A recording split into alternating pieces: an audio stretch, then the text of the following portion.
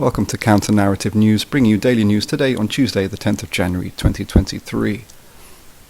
Brazil is reeling after the aftermath of the attempted far-right coup attempts of supporters of the previous far-right President Bolsanaro. Questions are arising as why the military police and other sections of the security state were not deployed against this far-right provocation. The region is seeing this toing and froing between left-of-centre governments on the one hand, and then right-wing reactions or even far-right reactions. Latin America has stayed locked in this situation for the previous generations and decades. Will the people of the region break through the superstructures of social democracy and capitalism, which is keeping them from really achieving the needs of wealth distribution of their labour and land vis-a-vis their northern partners of their empire? That remains to be seen. And also the international reactions are very interesting. Of course, all states are claiming that they stand with the elected legitimate government of President Lula. Why would they do otherwise? Brazil is a major economy in the world, and all states will be looking to curry favour to facilitate better trade and economic relations. But questions arise when states like the United States are claiming they support Lula in this context, and even the Russian leadership in Putin. For one, the United States has been behind many of the right-wing provocations in the region for decades and generations, if not centuries. And Vladimir Putin's position is very interesting. He claims he has good relations with both Bolsonaro and Lula. But the actual political forces in support of Putin in Brazil are of the far right and the right wing, and very much hostile to Lula. And how can you be friends on the one hand with people on different sides of the political spectrum? It could be like saying you're friends with both Pinochet and Allende.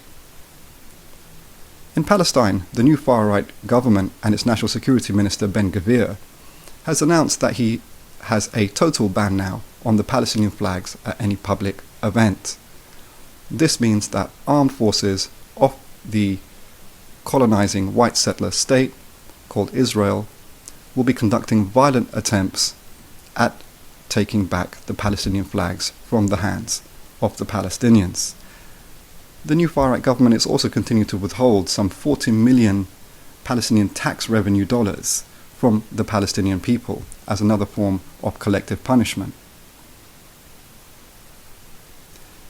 Going to China, the new foreign minister, Qin Gang, is going on his first foreign trip to Africa. This is a pattern now for 3 decades that new foreign ministers in China have sought to prioritize relations with Africa, and in their first foreign visits, visit the continent.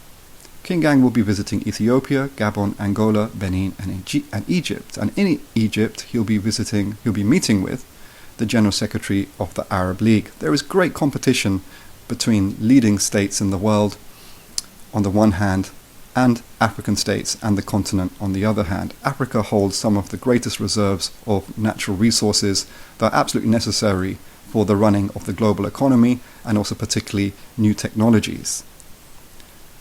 But the hearts and minds of Africa have not been one way or the other. China is also competing not only with Western states, who are the historic colonizers of Africa, whereas China is not, but it's also competing with states like leading NATO member Turkey and its leadership Erdogan, who, relative to its size vis-a-vis China, has actually made greater strides in accomplishing, deepening and improved relations with African states and its people. Arguably, in a context of a global economy which still sees a capitalist and colonial style of extractive looting, which China is not challenging but fitting into, like every other state in the world, the hearts and minds of the grassroots in Africa will not be won over by any state collaborating in that. Prince Harry has conducted a 1-hour TV interview on a British mainstream news TV channel. In that interview, and in his soon-to-be-released book, he continues to reveal quite dramatic revelations that negatively besmirch the image of the British royal family and monarchy. On the one hand, he claims victimhood though, but there's a great contradiction at play here. Because Prince Harry was very much a centrally inspiring figure of quite vicious racism, British colonialism and militarism, and that kind of toxic lad culture. He donned a Nazi uniform to a party when he was younger. He openly used extremely racist, disparaging language to do with Asian people. He quite proudly talks about massacring 25 Afghan people from a helicopter gunship at his time during the occupation of Afghanistan. And then we come to the person of Meghan Markle, who no doubt perhaps suffered racism, it wouldn't be surprising, from quite viciously racist members of the British monarchy and royal family. But as one young colleague quipped today, isn't it people like Shukri Abdi, Ricky Reel, Chris Carber and Russian Charles, all of which who have either been killed in racist attacks as young black and brown people or killed in police custody, aren't they more deserving of solidarity and campaign and defence rather than one of the richest and most privileged people in the world, Meghan Markle? Thank you for listening. Please do continue to subscribe, comment, share and like.